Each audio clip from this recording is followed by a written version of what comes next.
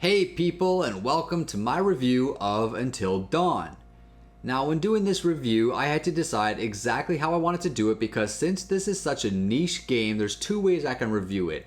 I can review it based on how I think my audience will perceive the game and try to score it based on what's popular and I guess sort of, trendy in the gaming world, or I can score it based on merely my own thoughts and opinions, regardless if it goes against the grain or is different than the typical standards these days.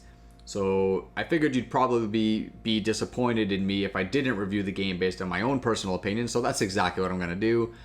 And with that said, let's jump into it. So the plot is basically pretty simple. 8 friends head up to a remote cabin in the wilderness for a weekend getaway, and their trip soon turns into a nightmare. Typical 80s horror movie stuff. As a huge fan of the horror genre since my earliest years of childhood, the premise of this game immediately had me hooked. As cheesy and cliche as it may sound, Until Dawn still executes this overdone plot premise very well, especially for a video game. The actors and their character model counterparts are very convincing on screen. I mean, Until Dawn is a beautiful game. It's just another feather in the cap of the PS4 as far as top-notch console graphics are concerned. However, the game does run at some low frame rates. Apparently, I heard this was to help with the cinematic movie feel, and to be honest, it kind of just helps. It kind of just works. And this is definitely not a game, where you're running around and shooting bad guys or getting into car chases, so I didn't feel there was really any need for some elite 60 frames per second performance. And I'm not even sure what frame rate the game was even running most of the time, but it did feel like it was sub 30 at certain points. But for whatever reason, like I said, it just worked. It just felt very cinematic. Visually, though, the game's a stunner, much like, the Order 1886 or whatever. And it just makes the whole experience feel more like a movie and less like a game. And I know there's a whole bunch of people out there who think that's a bad thing, but let me tell you, this game is actually pretty friggin' cool. So let me just explain that I've never played Heavy Rain, or Beyond Two Souls, or even the Walking Dead games. So this whole, choose your own adventure theme is basically pretty new to me. And the way I see it is this. There's basically two types of games. There are games where you get full control of your character, but the narrative of the story is laid out for you in a specific way that you have to adhere to for pretty much the entire playthrough. Or there's games like this where you don't exactly get a ton of control of your character, but you have the ability to change and alter the story and plot based on your own personal choices.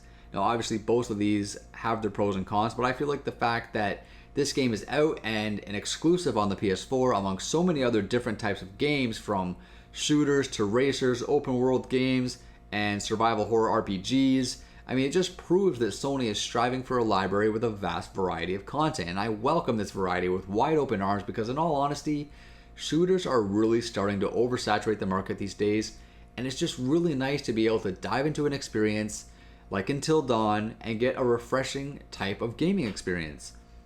But anyways, my first playthrough of the game took me, I think, around 12 hours to beat. I was thorough, I didn't rush through it, I tried finding all of the clues and collectibles, I ended up missing about a dozen or so. I made several choices throughout the game that, impacted certain forthcoming events, although until I replayed the game for a second time, I didn't really know how any of my actions affected my first playthrough. I mean, you just play through and whatever happens, happens. You don't really know what the choices you're making are gonna lead to. But during my second playthrough, I made several different choices, and for that reason, I got very different results. So in my second playthrough, there was about 3 different sections of the game that I got to play that weren't even in the first playthrough, and each of those new sections was a good 20 to 30 minutes long. So depending on what choices you make can alter, the length of the game for you.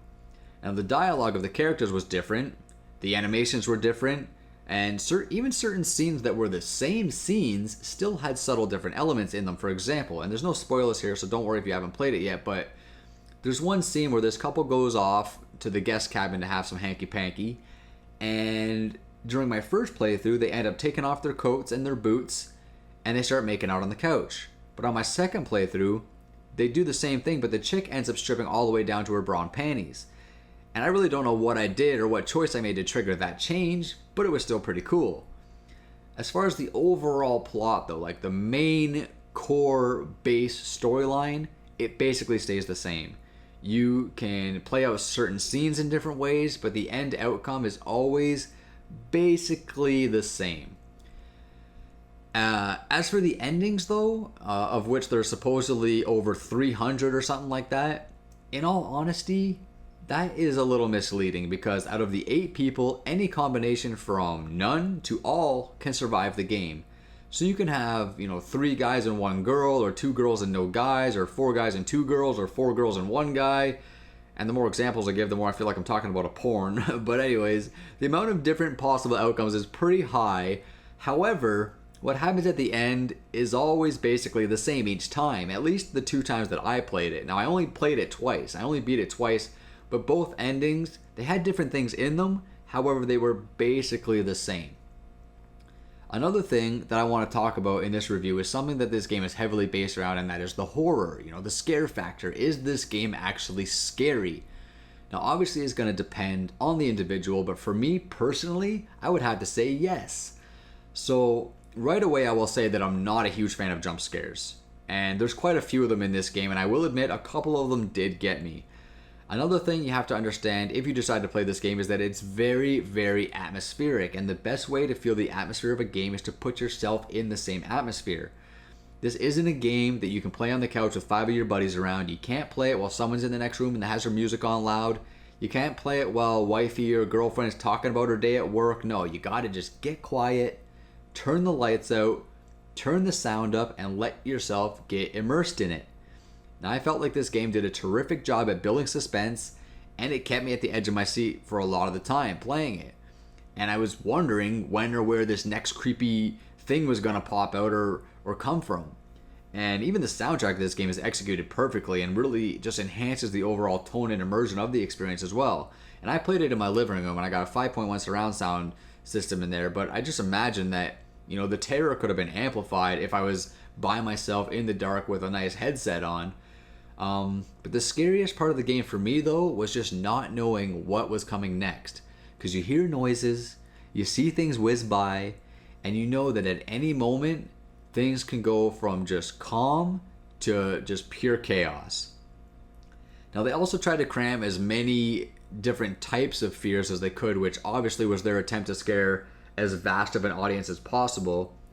But this game literally has everything from psycho killers to creepy bugs, rats, heights, darkness, clowns, torture, ghosts, shadows, creepy dolls. I mean, that might seem like a lot of different things to try to cram into one game, but honestly, the way it's all executed is very, very well done. Trust me.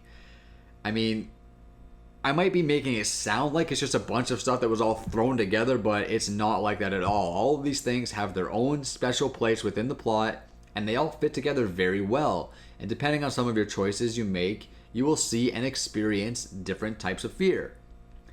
Now, my biggest problem with this entire game, and honestly, I think it's something that Supermassive Games should be a little ashamed over, and this is the fact that there's no option to invert the Y-axis. And as someone who plays with inverted Y, it was frustrating and challenging for me to aim at targets in a split-second time window to pull off a shot, and I found myself having to redo certain parts or merely just failing and having to continue with the consequences. I know this doesn't sound like a big deal to most of you, but seriously, an invert Y option is pretty much a standard in video games and has been for years, so for Supermassive to forget about this is a little cruddy on them. I did reach out to them on Twitter about it to see if they can, maybe add it in a patch. Never did get a response, but who knows, maybe they'll do it. Hopefully they do it. Anyways, this game is pretty solid. It's definitely a niche game for a specific crowd. You will like this game if you're into horror and if you don't mind quick time events and choose your own adventure style of gameplay. But if those things don't appeal to you, then you simply will not enjoy this game. Plain and simple. Now, I like to score games based on what they are, and as a choose your own adventure interactive horror movie type of game, Until Dawn is definitely a good freaking game. Now, I've seen a lot of people saying that this is their current game of the year. And I mean, I wouldn't necessarily go that far, but the fact that this game really gives a fluent sense of immersion and that heart-pounding suspense, I mean, feelings like that are the reason I play video games. I don't play games just to be wowed by explosions. I play them to feel something, to actually have that visceral experience, and Until Dawn gave that to me. I really enjoyed my time playing this game on both of my playthroughs, And other than the lack of invert Y option, I really have no serious gripes with this game. So my final score for Until Dawn is a 9 out of 10. Solid game overall, and I look forward to a possible sequel. Hopefully something other than the whole cabin in the woods scenario, but I guess we'll see. Anyways, thank you guys for checking out my review. If you have any comments or questions regarding anything I said in this video, you can leave them down below, and I will get back to you as soon as I can. That's it though. 9 out of 10 for Until Dawn. Good game, great game. If you have a PS4, I'd recommend you pick it up and try it out. I'm Vile Self. Thank you guys for watching. Later, villains.